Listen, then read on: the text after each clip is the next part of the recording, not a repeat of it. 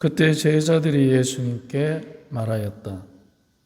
이제는 드러내놓고 이야기하시고 비유는 말씀하지 않으시는군요. 저희는 스승님께서 모든 것을 아시고 또 누가 스승님께 물을 필요도 없다는 것을 이제 알았습니다. 이로써 저희는 스승님께서 하나님에게서 나오셨다는 것을 믿습니다. 예수님께서 그들에게 대답하셨다. 이제는 너희가 믿느냐? 그러나 너희가 나를 혼자 버려두고 저마다 제 갈 곳으로 흩어질 때가 온다. 아니, 이미 왔다. 그러나 나는 혼자가 아니다. 아버지께서 나와 함께 계시다. 내가 너희에게 이 말을 한 이유는 너희가 내 안에서 평화를 얻게 하려는 것이다. 너희는 세상에서 고난을 겪을 것이다. 그러나 용기를 내어라. 내가 세상을 이겼다. 주님의 말씀입니다.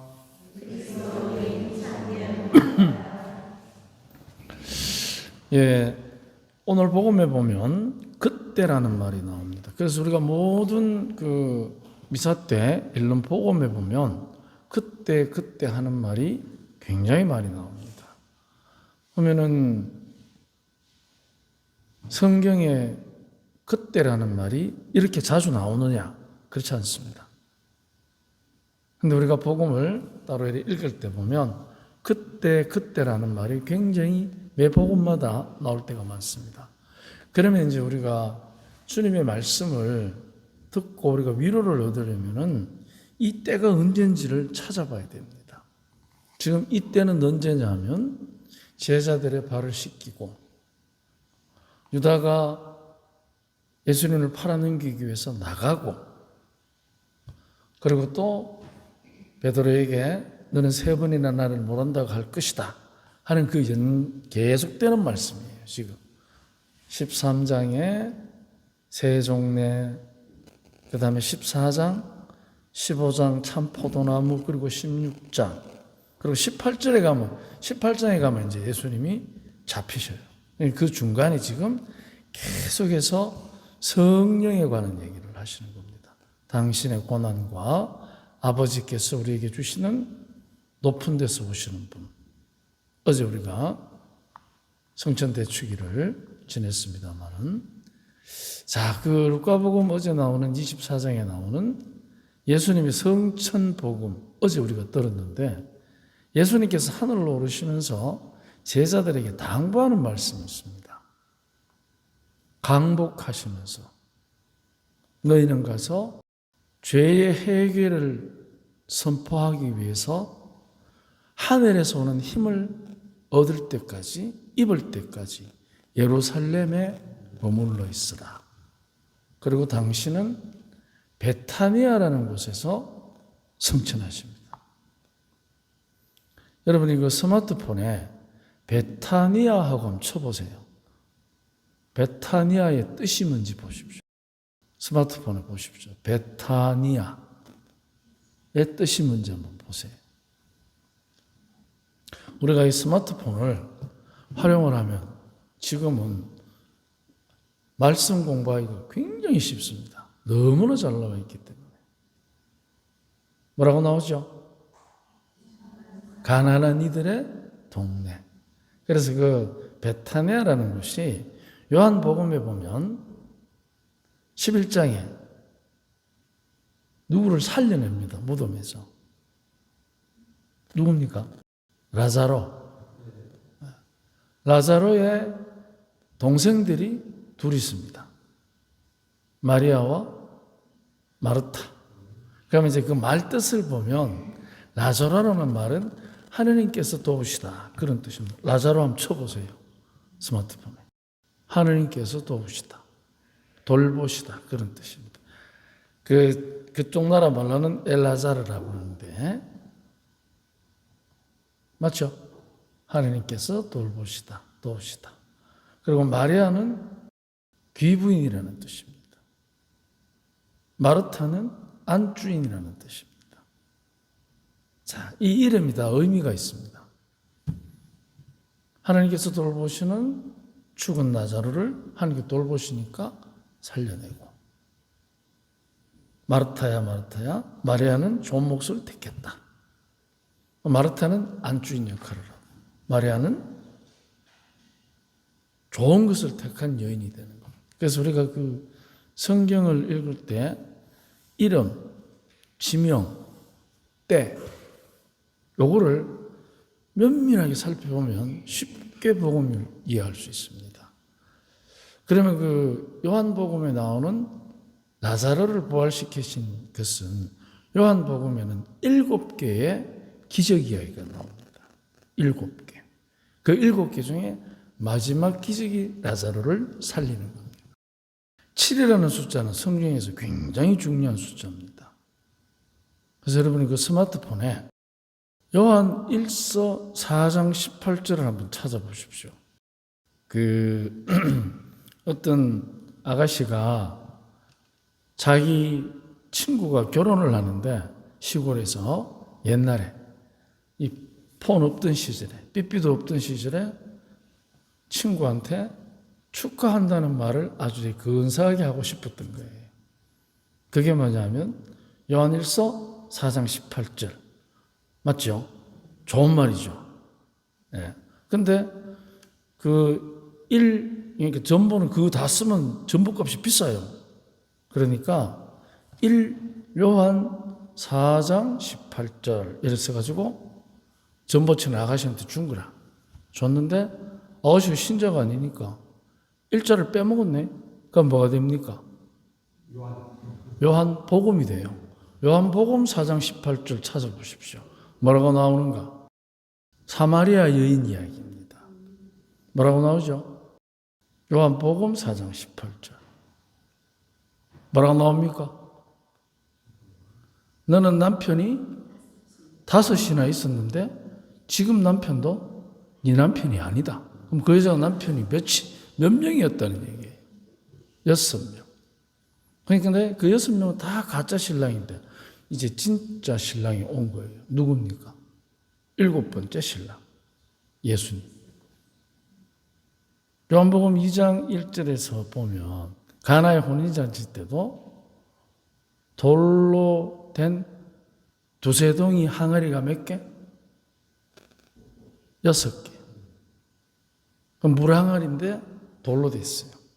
그러니까 진짜 살아있는 피 끓는 살이 있는 성령으로 가득 찬 7번째 물동이가 나타나는 거예요. 그래서 나머지 6개의 돌로 된 물동이를 겉은 못 바꾸지만 내용은 바꿔버리는 겁니다. 물에서 술로. 그래서 성경에서 7이라는 숫자가 굉장히 중요합니다. 주님의 날, 창세기 1장 끝에도 보면 주님께서 천지를 창조하시고 며칠째 쉬셨다고 되죠?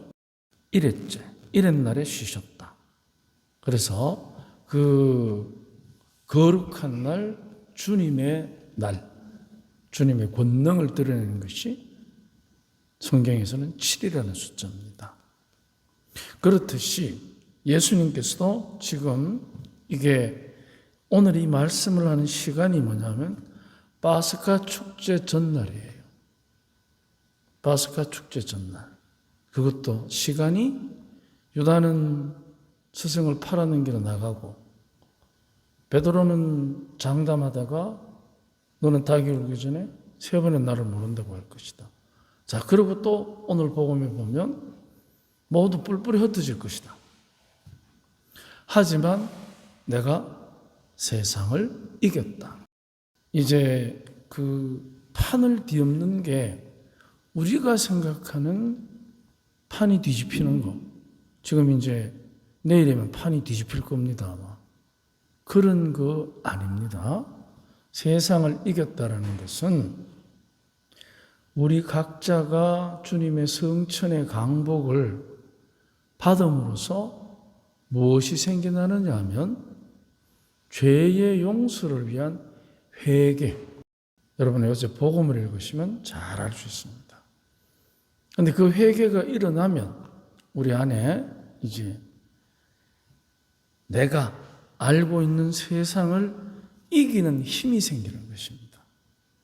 거기에 세상을 이기는 힘을 우리가 드러낼 수 있고 그 성천의 강복을 우리가 받는, 그래서 우리가 그리스도로 주님의 강복으로 충만해지는 것이 바로 회개라는 것입니다. 죄의 용서를 위한 회개.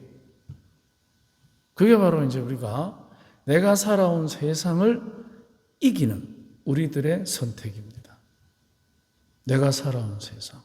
그렇다면 우리가 살아온 세상은 잘못되었다는 게 아니라 그거를 이제 새롭게 다시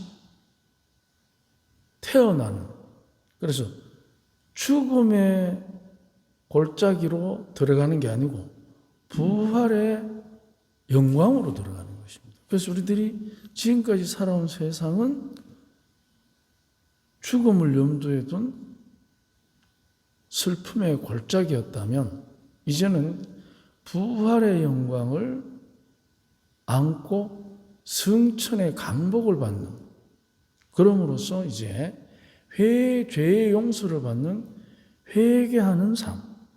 그러면 이제 회개라는 것은 두 가지를 내포하고 있습니다.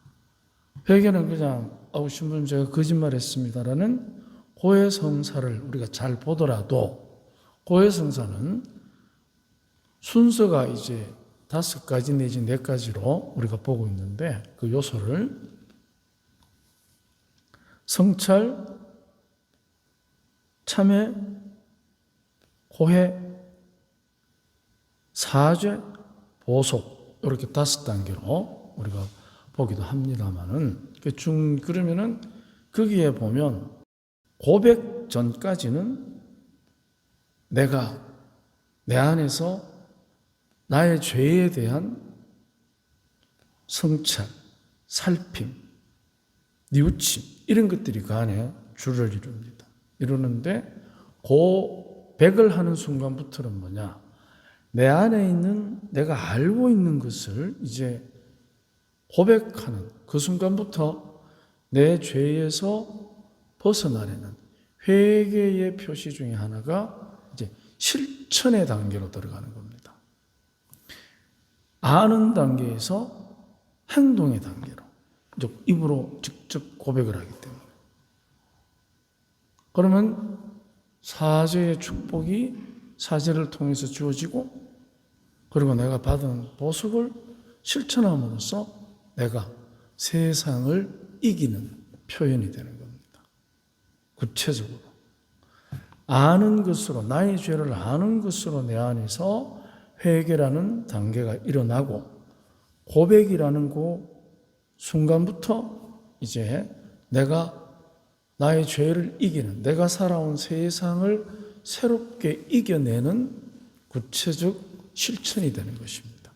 그래서 회개라는 것은 이중적으로 구성되어 있습니다. 깨닫는 것, 실천하는 것, 그 2가지입니다. 그래서 우리들이 이제 고해성사라는 회개의 가장 분명한 표시를 우리가 볼 때 우리 스스로들이 내가 살아온 세상을 이제 버리는 것이 아니라 그동안 내가 살아온 시간들 안에서 묶여있고 또 내 스스로가 집착했던 것, 그런 것들을 이제 풀어내고 이겨냄으로써 새로운, 내가 지금 세상에 살지만 요한복음 2장에서 나오는 가나의 혼인잔치에서의 물과 포도주의 기적처럼 항아리는 안 변해요. 그런데 물독에서 술독이 되는, 이게 바로 세상을 이기는 의미가 되는 것입니다. 내가 물독에서 술독이 되는 겁니다. 그러므로서 어떻게 하느냐? 목만 축이던 것이 이제 흥을 돋우는, 삶의 활력을 느끼게 하는 기쁨을 나누게 되는 것입니다. 그래서 우리가 내가 세상을 이겼다, 이 말씀 속에서 이제 용기를 내어라는 의미가 바로 그것입니다. 내가 물에서 술이 된 것입니다. 나는 안 변합니다. 그런데 성체를 모심으로써 미사 중에 내가 성체가 되는 것입니다. 이 신비롭고 활력 넘치는 삶의 의미를 우리가 신앙 안에서 세례를 통해서 누릴 수 있다는 것이 얼마나 큰 행복인지 모릅니다. 너무나 상상할 수 없는 축복입니다.